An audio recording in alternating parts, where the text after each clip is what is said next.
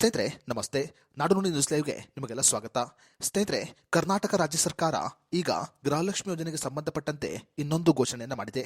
ಗೃಹಲಕ್ಷ್ಮಿ ಯೋಜನೆಗೆ ಸಂಬಂಧಪಟ್ಟಂತೆ ಕರ್ನಾಟಕ ರಾಜ್ಯ ಸರ್ಕಾರಕ್ಕೆ ಬಹುದೊಡ್ಡ ಮೋಸವಾಗಿದ್ದು, ಈ ಕಾರಣಗಳಿಂದ ಕರ್ನಾಟಕ ರಾಜ್ಯ ಸರ್ಕಾರ ಈಗ ಗೃಹಲಕ್ಷ್ಮಿ ಯೋಜನೆಗೆ ಸಂಬಂಧಪಟ್ಟಂತೆ ಹೊಸ ಪರಿಷ್ಕರಣೆಯನ್ನ ಮಾಡಲು ತೀರ್ಮಾನವನ್ನ ಮಾಡಿದೆ.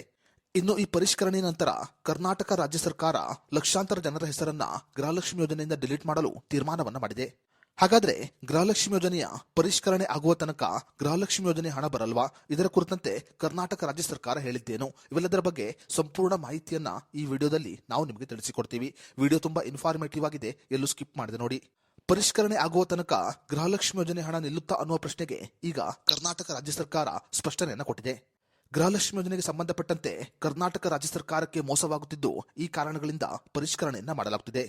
ಪರಿಷ್ಕರಣೆ ಆಗುವ ತನಕ ಗೃಹಲಕ್ಷ್ಮಿ ಯೋಜನೆ ಹಣ ಸ್ವಲ್ಪ ವಿಳಂಬವಾಗಬಹುದು ಅಂತ ಕರ್ನಾಟಕ ರಾಜ್ಯ ಸರ್ಕಾರ ಈಗ ಸ್ಪಷ್ಟನೆಯನ್ನು ಕೊಟ್ಟಿದೆ. ಯಾರು ಬಿಪಿಎಲ್ ರೇಷನ್ ಕಾರ್ಡುಗಳನ್ನು ಕಳೆದುಕೊಂಡಿದ್ದಾರೋ ಮತ್ತು ಯಾರು ಮೃತಪಟ್ಟಿದ್ದಾರೋ ಅವರ ಹೆಸರನ್ನ ಡಿಲೀಟ್ ಮಾಡುವ ಪ್ರಕ್ರಿಯೆ ಈಗಾಗಲೇ ಆರಂಭವಾಗಿದೆ.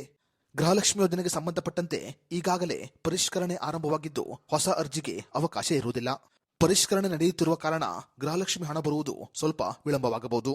ಈಗಾಗಲೇ ಗೃಹಲಕ್ಷ್ಮಿ ಯೋಜನೆ ಹಣವನ್ನ ಪಡೆದುಕೊಳ್ಳುತ್ತಿರುವವರು ಹೊಸ ಅರ್ಜಿಯನ್ನು ಸಲ್ಲಿಸುವ ಅಗತ್ಯವಿಲ್ಲ. ಮೊಬೈಲ್ ಅಪ್ಲಿಕೇಶನ್ ಮೂಲಕ ಗೃಹಲಕ್ಷ್ಮಿ ಯೋಜನೆಯ ಪರಿಷ್ಕರಣೆ ಮಾಡಲು ಈಗ ಕರ್ನಾಟಕ ರಾಜ್ಯ ಸರ್ಕಾರ ಮುಂದಾಗಿದೆ.